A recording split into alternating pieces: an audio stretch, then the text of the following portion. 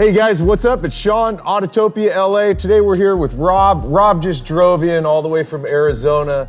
We've been talking for a while about his truck, the build he was doing, and it's finally come time to shoot your truck. It's an 85. This is my grandfather's truck. He bought it used in 86, which is very like him. He's very cheap. He kept it for 37 years. That was his work truck. He pulled stumps with it. He hauled crap with it. He towed his boat with it. Really? It was completely bone stock. I mean, there was nothing modified to it. So he died in 21. I always knew I wanted the truck. I always knew I wanted to do something with it. I reached out to a couple builders and I landed on Jeremy and Brian at Tre5. Tre5 did an amazing job. We shot one truck. I remember that, the copper truck. The white one with the copper. Exactly, yeah. Beautiful, beautiful truck. That's a Tre5 build. It is. I mean, the little bit that I've seen from them, they seem to do real class work. Yeah, you know, you can look at this truck in every angle and there's not a booger on this thing. Yeah. When I first started dreaming about this truck and thinking about this truck, I was really just trying to build like the toughest street truck. I wanted kind of like a super truck. Okay. I'm a Corvette guy, and that's why I chose the engine and trans. So I went with a full GSI chassis. Okay. It's got a Ford 9-inch full chromoly rear axle, 35-inch spline, LT4 supercharged. I mean, this is the epitome of simplicity here, and not simple though to get this point. There's so many details that, you know, when you look at it, if you don't know square bodies, you know, you might not realize that this entire rear firewall is completely reimagined and hand fabricated. Completely. This is their formula. This is what they specialize in. You pop the hood, you can't see the wires, you don't even know if it runs. Yeah. So one of the things they do is they use these hydraulic over electric brake master cylinders, and they look like manual brakes, but there is an accumulator under the chassis. It pumps 1,800 PSI straight back into, you know, so you have full power brakes. With the look of With the look, and it's so clean. It's so clean. Do they build their own inner fender wells, or is that a? These are heart fab. I wanted steel, and I wanted something that looked, you know, durable, and you know, I plan on having this thing forever, and that's what I wanted. So yeah. Is it stock power on the LT4? It is, and full-length headers. I think they're 1 7/8 or 2 ultimate headers, free-flowing exhaust, no cats. So, you know, I feel like it's about 7 crank. Right. And, you know, realistically on a swap wheel like this, you know, it's probably 5.5 to the wheel. Yeah. I had a dyno tune and the guy was like, hey man, I'm really sorry. I just couldn't get a graph and just kept spinning the tires. And I was like, that's great. That's perfect. That's what I want to tell everybody, you know? It's on air, yeah? Definitely on air. Yeah. No, yeah. Like you're screwed if this is your static ride height. It's got a really clever E-level system, so there's potentiometers on each corner that know exactly where it lives. So it's constantly setting itself back. Exactly, yeah, it's super smart. It works perfect. It's so much fun to, you know, you go on the road and you hit the 1 and you're low and you're just cruising. It's great. What do you go transmission-wise? It's an 8L90. If I had built it this year, it would be a 10L80 or 10L90, you know, but when I built it, they weren't available. So I went with the 8-speed, and it's fantastic. It's more than enough. Does air feed in from somewhere to it, or just natural? It opens up back here, so it gets... Oh, it does, okay. It definitely, it gets all its own fresh air. From the grill coming exactly. through. And in the inside of it, it's sealed off. What do you run in, like brake setup, wheel setup? One of Jeremy's longtime partners is Bear Brakes, and they actually fabricate them just down the road. Front and rear, 14-inch rotors, 6-piston calipers. I haven't had the courage to push them to the limit. Yeah. There's no traction control, so. Yeah. But it stops very effectively. Yeah. And then what are the wheels? Those are huge, huh? Wheel choice is kind of everything on a vehicle, right? I mean, it's so important. I knew I wanted a 5-spoke because they're easy to clean. So the fronts are 22, 8.5. The rears are 24, 15. So they got some meats. The tire is a 405, 25, 24. And they break free like the 25 profile is gonna not help a lot. No, that's right. That's right. And that's actually why the dyno guy couldn't do it. He couldn't strap it to the chassis firm enough. Just kept spinning them. And it was actually making noises I've never heard this truck make. It was incredible. Wow. All the patina as we see it, the graphic, like everything as is, this is how it was when you got it? It is original, and this paint scheme was only available on an 85 long bed GMC Sierra Classic, which is like an upgraded package. It had power steering, it had cruise control, it had power windows. The original. All original. Yeah. And so it was kind of an upgraded package. It had a V8 and it was just really exactly how it came. And a lot of people think like it was something that my grandpa did, but they didn't know him and he would never have done that. Very, very rare. And then so did you just clear over it or something, or? Well, no. It was completely flat from 37 years of never washing it. I had a guy come over I can only imagine. And I said, you can't imagine how flat this paint was. And he came over and I said, look, I don't care really what happens to it. I don't think it's gonna work. And he's like, no, I'll give it a try. And then I came out like 2 hours later and he's like, what do you think? And I was like, gobsmacked. I couldn't believe how much life there was still in the paint. I mean, so when I first started showing people this truck, I was like, yeah, I hate the paint. I don't like it. I'm gonna repaint it. And they're like, what are you talking about? This thing's amazing. I grew to really appreciate the patina, the amount of patina, everything about it. I would never change it. It's gonna stay like this forever. This is beautiful, dude. I mean, it's so cool. So I'm guessing this exposes all the trick suspension air. Does. Yes.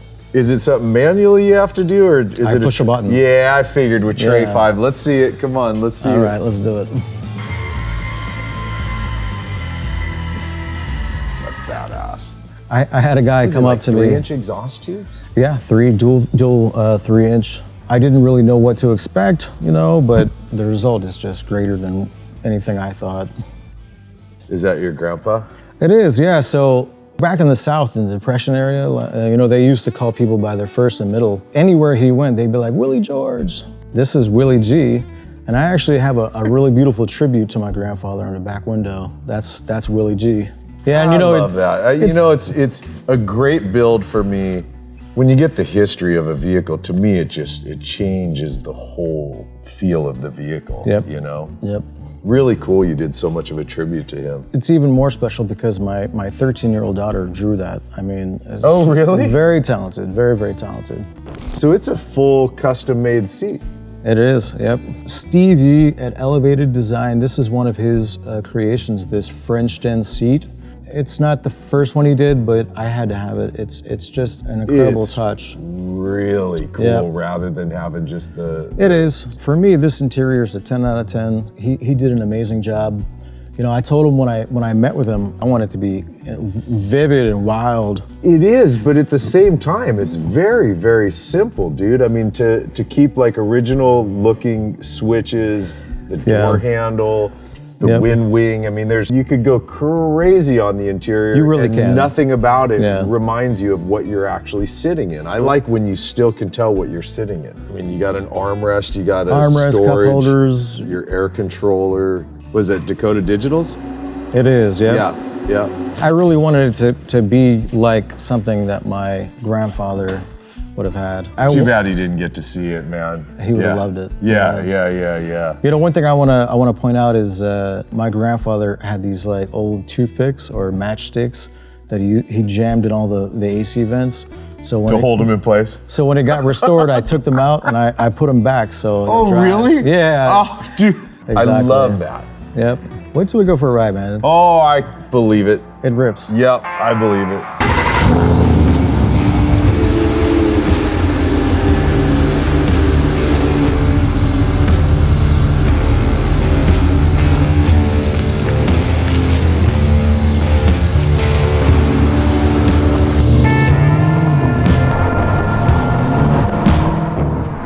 I know probably some of you guys already know this. It's be honest with you, it's news to me. I didn't know there was such a thing as a learning transmission. So it's... Oh yeah, it 100% learns. Yeah. And is it a constant where like a year from now it's still learning driving tendencies? I think so. Like when I first got the truck, the transmission tune was not as good as it could be. Over the course of about 1,200 miles, it learned a tremendous amount of information and was able to recover this transmission tune. It's been on here for 300-400 miles. It just keeps getting better. I can feel it getting better. I love the history of this, that we're sitting in Willie G's truck right now. Oh yeah, an incredible generation. I like the way this truck drives, man. It feels good. Wow, it shifts nicely too. It's so nice, I'm telling you. Because you know your truck well enough to know I barely gave some accelerator and you know where this kicked thing down 2 gears, I think. You know where this thing really accelerates is on the highway. So like you're doing 50, 60, you tap it and you're triple digits, very fast. Yeah, I can't get over the toothpicks.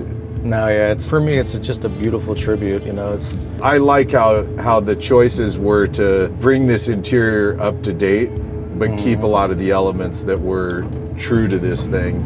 The vents, the badging, the whole gauge cluster here. You know, you got a lot of modern technology like this, chassis, brakes, engine, trans, all the aircon.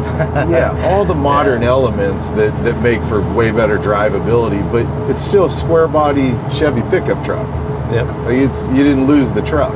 It was a real debate to keep the bench seat or to do this twin Good bucket. choice, by the way. A lot of people actually comment like, that's all stock, right? Well, no, it's actually reimagined, it's custom. Yeah, well, even the material choices though, this looks close to OEM, the pattern. Well, this material, it is a Chevy blue. This would be the same galleon blue in like a 60s Corvette.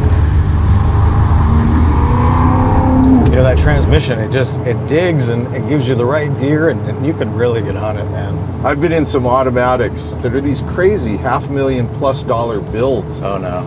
And the transmission drove me nuts. You barely touch the accelerator and it's already upshifting while you're trying to accelerate. So it was like, okay, bitchin', your car's making 800 horsepower and I get to experience about 200 of it because it just wants to upshift on me, you know?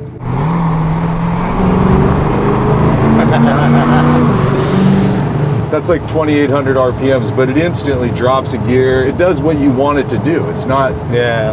You know, I think I said like when I was getting it dynoed, I mean, he was really revving it out to tune the engine and the trans. Right. Sure. But I mean, you can't put that much power on the street. You'd be going way too fast, very fast. Yeah. Hell yeah. Really nice, man. This truck drives really nice, dude. Thank you.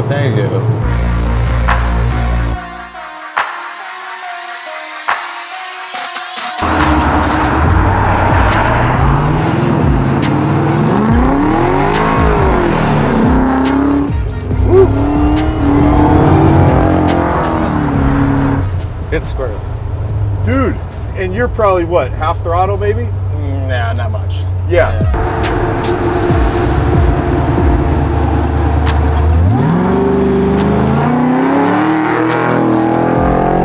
That's not bad. You got the insta smile out of me. You didn't get the oh shit face, which I'm good. We don't need oh shit faces.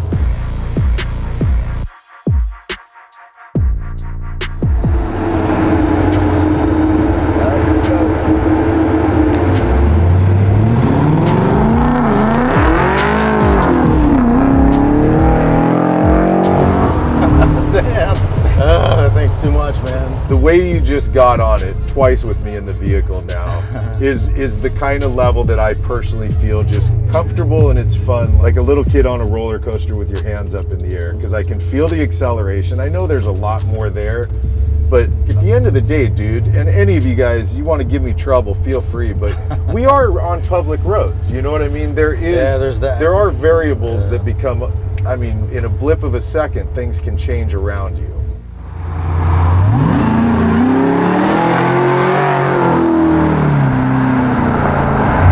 This thing's probably like 5.5 to the wheels. Yeah. And you know what? That's perfect for me. Yeah. I think it's great. Look, I'm like anyone else too. My opinion is just that. I'm another dude with an opinion. I think you built a really bitchin' truck. I think the Tre5 guys did a great job for you. I like the choices you made. You know, I like that it still looks a lot like the truck that came from your grandfather. You know, I like all the elements. These seats are great in here. The center console's great. I like cup holders. Like all the things are just done right. The big chassis under here. I mean, those control arms are beautiful. I mean, they are. Yeah, you know, that's why I wanted the full chassis. I really wanted those fabricated upper lowers. Dude, they're gorgeous. You did. It's a bitchin' truck, dude. It's really cool. And thank you for letting me drive it. I mean, it's one of my favorite parts about what I do is I get to experience other people's vehicles, oftentimes from both seats. And yeah. What a cool truck. I mean, such a well-built truck. Driving it down the road, it feels just right. It does what you want it to do. And the story that comes with it, I absolutely love this. And the fact that Rob drove in from Arizona to shoot with us, just amazing. So I hope you guys enjoyed this one. As always, a big thanks for hanging and watching, and I will see you in the next one. All right, you guys, later.